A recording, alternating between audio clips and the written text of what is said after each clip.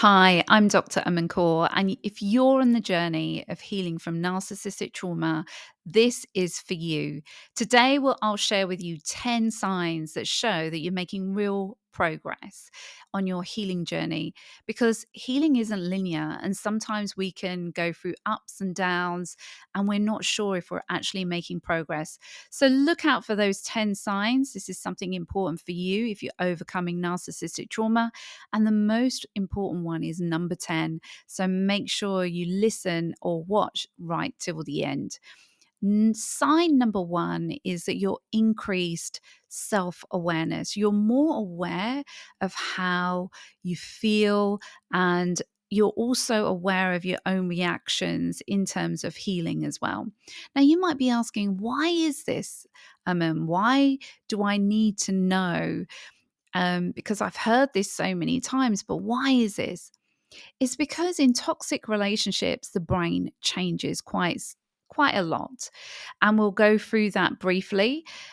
But also, I want you to note that the brain is continually changing. It's absolutely fantastic. So, even if your brain has changed from the toxic relationship, know that every day, every moment of every day, your brain is changing and you've got opportunity after opportunity to transform your life. Even right now, your brain is going to change. You're going to have different aha moments, and you can truly transform your life. And this is the best part of this. Now, let's look at what happens to the brain when you're in a toxic relationship. We've all heard the phrase walking on eggshells. That's because we're fearful. We're more hyper aware. We're more fearful of what we're doing and how that is going to impact other people. What we're doing in that is we're living in fear, and our brain feels unsafe. So when we're living in fear, it's because our brain is saying it's unsafe for you to be yourself. In this scenario, you have to watch what you do, etc., to be safe. That doesn't mean there's something wrong with you if now you're feeling more unsafe. It just means that your brain is has a symptom of trauma. It's struggling with trauma. And trauma is in a certain part of the brain called the amygdala. Majority of that is in the amygdala, and we'll call her Amy for short. So Amy is in charge of the trauma. And what you might find is that the brain is either hyper aroused, so it's going crazy like Wonder Woman, or it's shutting down. So it's either on hyper vigilant or it's starting to shut down, where you're numbing yourself, you're maybe going inward and you're not going out and doing things like you used to. And you might also find that you're yo-yoing. Sometimes you feel like I can do this, and that's because you're shutting down and numbing some of those emotions. And other times you're feeling like I can't do this, I don't have the energy, I'm down, and you feel triggered and hyper aroused. It's okay. Even if you're feeling that way, there is a way through this, and we're going to go through this in these 10 steps as well.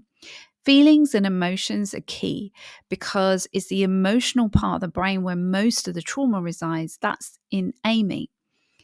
But there's a part of the brain that's called the dorsolateral prefrontal cortex. That's the part of the brain that's analyzing everything. Have you ever found yourself going round and round trying to analyze what they did, what you're doing? Could I have done something different? Well, that's because you're analyzing. Now, there's no direct connection between that part of the brain that analyzes and goes over everything again and again and the emotional part of the brain. There's no connection between the two. But there is another way round to that part of the brain. That is the medial prefrontal cortex, and that is the center of self awareness. That's why it's got a connection to the actual amygdala. So, if as you become more self aware, you're actually able to connect to the emotional part of the brain, and you become aware of how you feel and noticing how you feel, what's going on inside of you and what's going on inside of your body is basically, neuroscience is saying, and neuroscience research is showing us that the only way to change the way we feel and to release that trauma is to become aware of what's going on inside of you. So, all the spiritual masters were right. We need self awareness. So, if you're finding that you're less analyzing and more aware of how you feel, not having to know why or what or analyzing it, then you're in tune with how you feel and you are starting to heal. Number two, if you're finding that you're setting more boundaries and maybe you're noticing that you're starting to put more and more boundaries in place and you're doing it in a different way, you're doing it from a place of love. You're no longer feeling like you have to justify putting boundaries in place. You're not going over it. You're not analyzing it or explaining it to anyone or justifying it. You're just more accepting that you're worthy of creating a life that you want. And if you sometimes feel like you create boundaries and you are justifying or analyzing, all that is showing you is that maybe there's a little bit of trauma that needs to be shifted. And that's where you can use that self awareness to actually help you start to heal. Remember, it's quite common that the narcissist makes you feel bad about having your needs met. That's why this is key in actually knowing whether we're actually healing or not, because what they have done, the narcissist has programmed you to, because what they have been doing to you is dehumanizing you. What that means is they're kind of telling you, well, you shouldn't have any human needs. And you should feel guilty and ashamed for having any human needs like feelings or needing some support or needing some help. Any of those things, if you feel like, it's you're not allowed to have your needs, but instead you've got to overgive or people please, then that means that you may have still got some deprogramming to do. Yeah, but it's just something as well. If you're finding that you are making more progress in putting some boundaries in place, you are making progress and you're doing it without having those yucky feelings in play, then you know that you've shifted some of that trauma. Number three, you have now feel like you've reduced your triggers. You're feeling that less and less emotional triggers and less of those feelings within your own body. You don't feel like you're getting as triggered as much as you used to. Now, look, we have to be really honest here. You are a human being. Trauma is going to happen. Things are going to happen. Things are going to affect you. You're not a robot.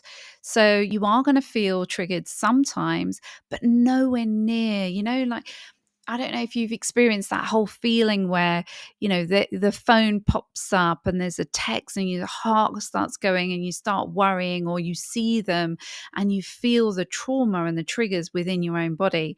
Well, those feelings get less and less, and you find they have less and less impact into you. And you find that no matter what they're doing, you don't spiral into analyzing them and going over what they've done and the injustice of it all. So you're not getting as triggered as much as you used to. And the more you continue to release, the more you'll find that you don't get triggered. Number four, you have an improved self-esteem. Now, regaining your confidence is so important, to get your spirit back, to feel like your self-worth and really feel like your confident self again. It's so important because from confidence, from self-esteem, everything, you're enabling yourself to move forward. You're enabling yourself to go for and create the life that you truly want to. And maybe you're noticing that you're more sure of yourself. You're doing things that you never used to do, but you're feeling that within yourself. You're feeling it within yourself where you feel, you know what, I really trust and believe in myself. It's that whole saying, like Ford said, either if you believe you can, you can. If you believe you can't, You can't. Either way, you're right. But when you start trusting and believing in yourself, that is something that you can see that you're really you're really making progress, because part of the programming in toxic relationships is that we are programmed to need validation outside of ourselves. We don't trust and believe in our own conviction and what we want. We don't know sometimes how to make those decisions that we want. We feel like we need to ask other people, or so if you're finding that you're really trusting and believing in yourself and your own decision making, you're making progress, because that means you're not putting someone else in control of your happiness, and nor are you putting somebody else in control of your sadness or your feeling bad about yourself. And you're not people pleasing anymore because of it. You don't need that validation to people please anymore.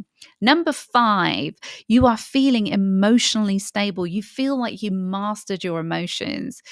And because you've released some of these sad emotions, you're not depressing and suppressing your emotions anymore. You're laughing more. And you're doing that whole belly laugh again. You're feeling joy again, from things that you've forgotten that you feel joy from. You're catching yourself having more fun, because a lot of the times we've forgotten how to have fun, how to completely let go and feel free to feel like yourself. Number 6, and this is an important one as well, you're forgiving yourself. Sometimes we're so focused on forgiving the other person of what they've done, we've forgotten that we've spent so much time not trusting and believing in ourselves, not trusting those red flags. And we need to do some inner work to really, truly forgive ourselves. Yes, we made a mistake. We got into this relationship, but that doesn't mean that we can't be trusted with anything anymore. Actually, it means that we can trust ourselves. We've got to trust others less and really focus on trusting that guidance within us. Within each of us is a shining light, our soul, our spirit, that gives us the answer to anything that we need. You need to learn to trust and believe in yourself again. And one of the steps towards that is to forgive yourself for making that mistake. If you're going around thinking, how could I have let this happen to me? Feeling the anger, feeling the pain of that, maybe it's time to release some of those emotions and actually start to forgive yourself again, because you are worth forgiving. It wasn't you. It's just something, that pain is going to create wisdom for you. You're just going to up level because of this. Number 7, healthy relationships. You are finding that you're shifting towards creating healthy relationships now. You might have started to find that you're going past that phase of self-isolation. There's an element of self-isolation needed after a toxic relationship because we're so hurt.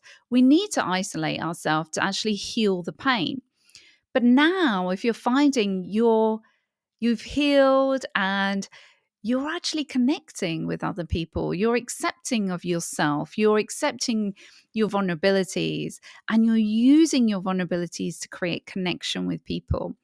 Unfortunately, we have to be vulnerable in relationships to connect with people in a deep way. And so it's getting yourself to that point where you feel safe to be vulnerable again, so that you can create authentic, true, loving relationships. And what you will find is you're starting to like yourself again. You're liking yourself. You're taking care of yourself. And that brings me nicely onto sign number 8. You're actually experiencing some self-love. You're have this sense of, I'm more understanding towards myself. I'm more forgiving towards myself for the mistakes I make. I'm like a good friend to myself. I'm more loving. I'm compassionate. I'm understanding. You don't have that inner critic anymore, that negative, you're not good enough, or you should have done it better. You like yourself and you're forgiving yourself and you're understanding, and you like being you. And because of that, others like you too. And others want to be around you and support you and help you. And people are becoming loving around you. And even maybe strangers are helping you out of the blue. Things are happening. You might even find synchronicities are starting to happen around you, because not only do you like yourself, the universe, the everything is starting to conspire to actually support you. Number 9, positive mindset. You're finding, before you were trying to be positive, now you just are. It's like a natural shift. It's like your higher mind, your higher self that is more positive and more hopeful and not so demanding. You feel lighter, you feel more loving, feel more hopeful, feel more excited and accepting of whatever happens. And that enables you to have this growth mindset that you'll give everything a go. You don't mind if you fail at something, but you're feeling more alive with it. And number 10, you're actually, because of that, this is the one, you're seeing results in your life. Things that you maybe thought weren't possible. Your life is transforming. You're literally, I've had people, do better in their jobs. They're earning more. You're creating loving relationships. You're not procrastinating. You're achieving things that you always wanted. You're actually starting to create a life that you love, you enjoy, you feel fun, you're doing things, you maybe you've lost loads of weight, or you're healthier, your body is changing, you feel more energetic. And with that energy, you're actually achieving goals. You'll see results in your life in some way. You can see tangible results. It's not just you're putting loads of energy in and not seeing the results come back because there's this inner block coming out. You're actually pursuing goals and achieving goals. So, in conclusion, what you're actually doing is liberating yourself so you can be you. This whole process is self-realization. You're literally letting go of these chains called trauma, and you're enabling yourself to feel whole again because your brain is working as a whole. And you're letting go of that trauma and you're moving forward to a better life. And you need to see that this is a better life. You've got maybe new friends, you're healing that trauma, and you're seeing differences. So if any of these points resonate, please do like, comment, subscribe, and please share your own healing experiences in the comments as well, because this is so important.